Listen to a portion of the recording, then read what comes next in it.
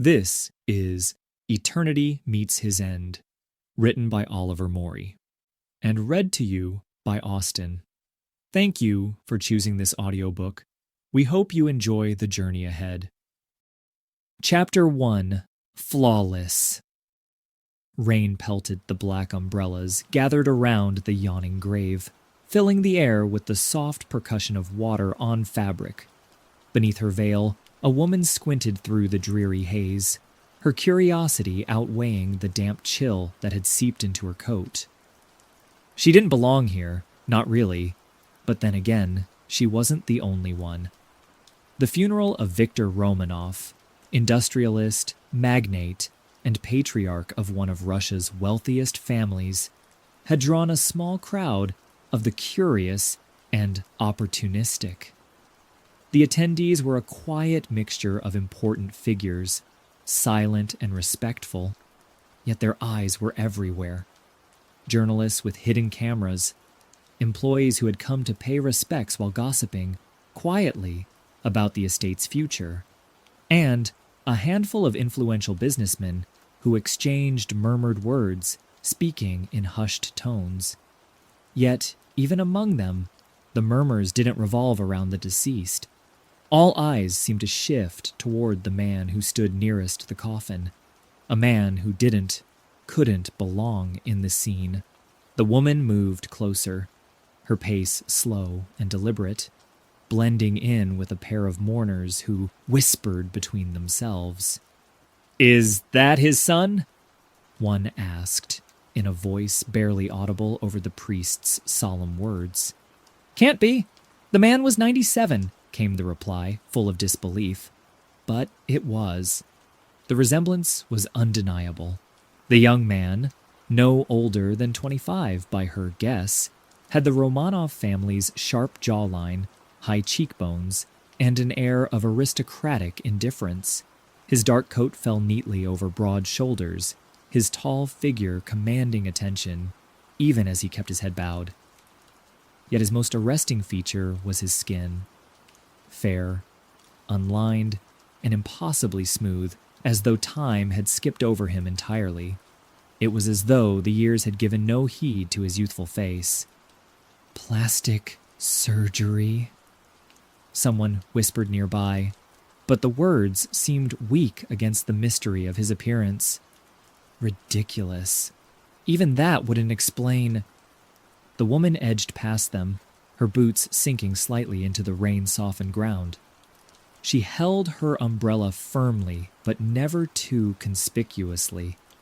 The pale gray sky blurred her surroundings, and she kept her umbrella angled low, hiding her face, but providing her with a better view. There was something about him, a stillness that didn't match the somber fidgeting of the other mourners. He was too quiet, too composed in a way that felt out of place. She watched his face, his lips pressed tight as he stared at the grave. When the coffin began its slow descent into the earth, the young man made no move to touch the flowers resting atop the lid, nor did his expression waver. His eyes didn't dart toward the family members standing nearby, nor did he reach for a handkerchief when the others lowered their heads. The stillness in his body was almost unnatural. It wasn't solemnity, but an impassive detachment, a strange kind of calm that felt almost too practiced. She couldn't quite place it. How could someone so young possess such composure, such control over himself in the face of something so final? Was it simply a matter of upbringing? Or was it something else entirely? The crowd began to stir as the ceremony neared its end, and the whispers grew bolder. "He's too young," said one voice. "Do you think it's a trick? Maybe an illegitimate grandson." "Impossible. He called him father." The woman bit the inside of her cheek, her thoughts racing. She had heard the rumors, of course. The Romanovs were the kind of family whose name was spoken with equal parts reverence and suspicion, their wealth and influence as unfathomable as their secrets. But this was something else entirely. Her attention was fully absorbed by the young man now, her curiosity burning brighter than before. His age couldn't be explained away by mere genetics or surgery. It was something else, something impossible. The priest finished the prayer, his voice growing faint as the crowd began to disperse. The mourners, now talking in quieter groups, shuffled away toward their waiting cars, the small ritual of respect completed. But the woman remained, rooted to the spot, watching him as he lingered by the grave. For a moment, he looked unbearably alone, a solitary figure against the gray sky. She noticed the way his fingers tightened into fists at his sides, and relaxed again, as if bracing himself for something unseen. Then, with a final glance at the grave, he turned, his gaze sweeping the crowd and locking with hers. The woman froze. His blue eyes pierced through the rain, through her veil, as though he could see straight into her thoughts. Her heart skipped a beat, a sudden breathlessness taking hold of her. She felt exposed, as if the distance between them had been erased in that instant. It was only a second, but it felt like an eternity. Then he turned away, walking slowly toward a black car idling at the edge of the cemetery.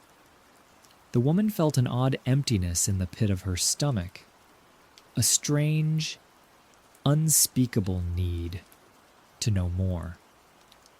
The car door closed with a soft click, and the vehicle rolled smoothly down the gravel path, disappearing into the mist. She stood there, watching the spot where it had vanished, but still feeling the pull of his presence.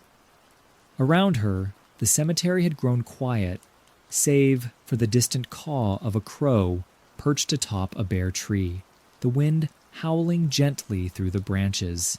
Something about that young man didn't add up. She could feel it, a tinge of unease that hadn't dissipated with the fading rain. He wasn't like the others, and his secret was one she was determined to uncover. She didn't belong here, but she would stay. For now, it was the only way to find the answers she was searching for.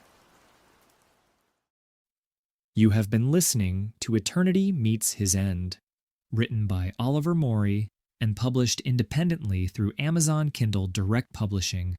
Copyright 2024 by Oliver Mori.